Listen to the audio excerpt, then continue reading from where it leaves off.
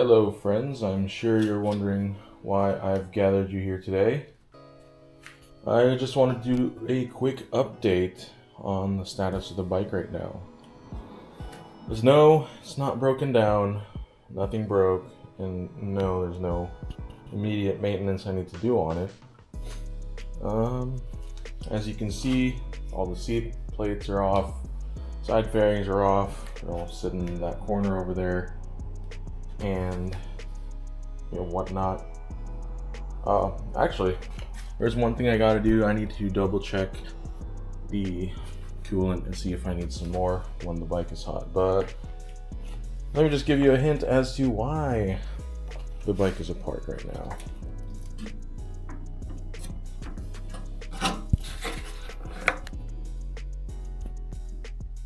As you can see, something that's normally here is not here. And I'm sure you can guess what that thing might be and where it is right now.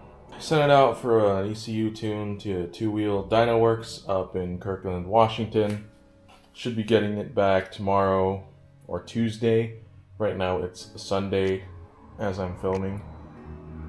But yeah, excited to see how it turns out. I ended up redoing some wiring stuff actually. So I had a battery tender plug in here, and the terminal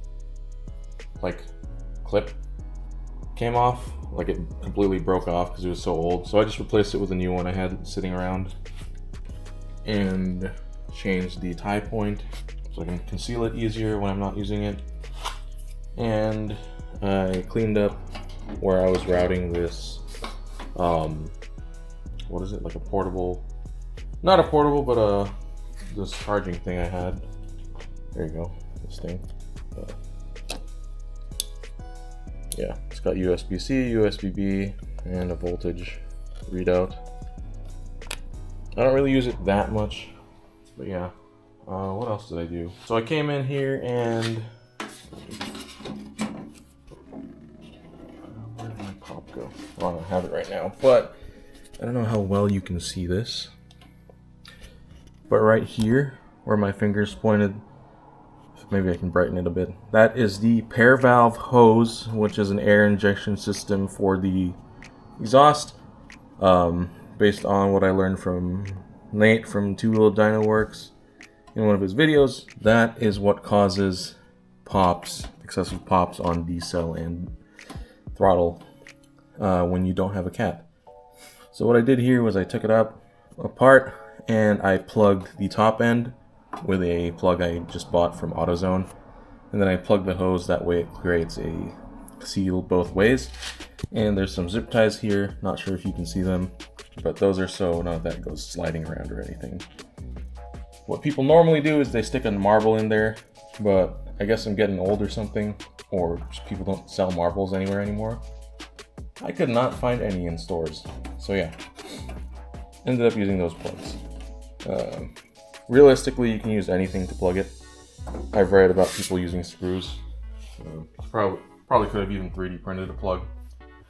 Maybe coated it with some clear coat or just glue to make sure there's no air entry. But yeah, that's what's going on here. Guys, just cutting in real quick to talk about those plugs I put in the pair valve. This is a mod you need to do to the bike to make sure your tune is most optimized when running. I got these plugs from AutoZone. These are just regular vacuum tube plugs. Normally you slip these over a vacuum port, but in my case I took the two largest ones, put them in the ID of the airbox outlet and the ID of the hose. I just squeezed the one going into the airbox as far as possible, as tight as possible. Use some alcohol soap solution to help get it into place. So it's in there pretty good. I couldn't even pull it out with my finger, and there's not really a whole lot of vacuum that gets pulled to get that air through. So that's going to stay in there pretty well, along just with having the hose in place. for the one I put in the hose inlet,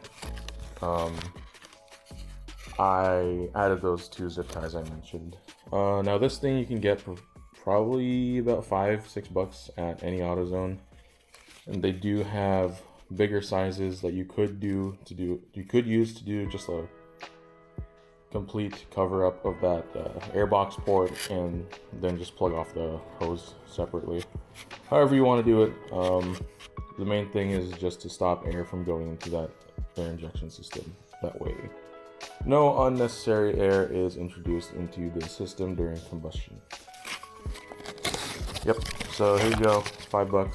Pick these up at any auto store, and you can use this to plug stuff. Most people use a marble based on the forums, but yeah, pretty simple.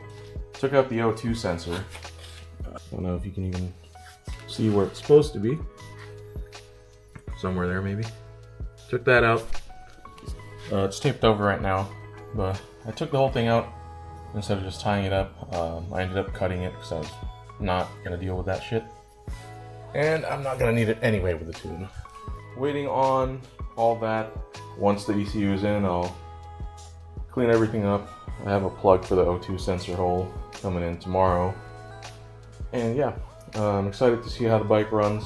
Definitely going to be a lot better and a lot smoother. It will be this bike in its peak performance era.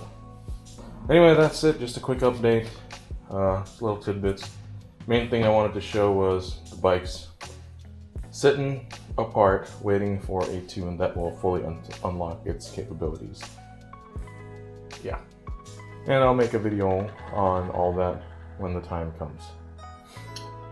Yep. So thank you guys for watching. Just a quick little update. And I will catch you soon. A peace. Bye-bye.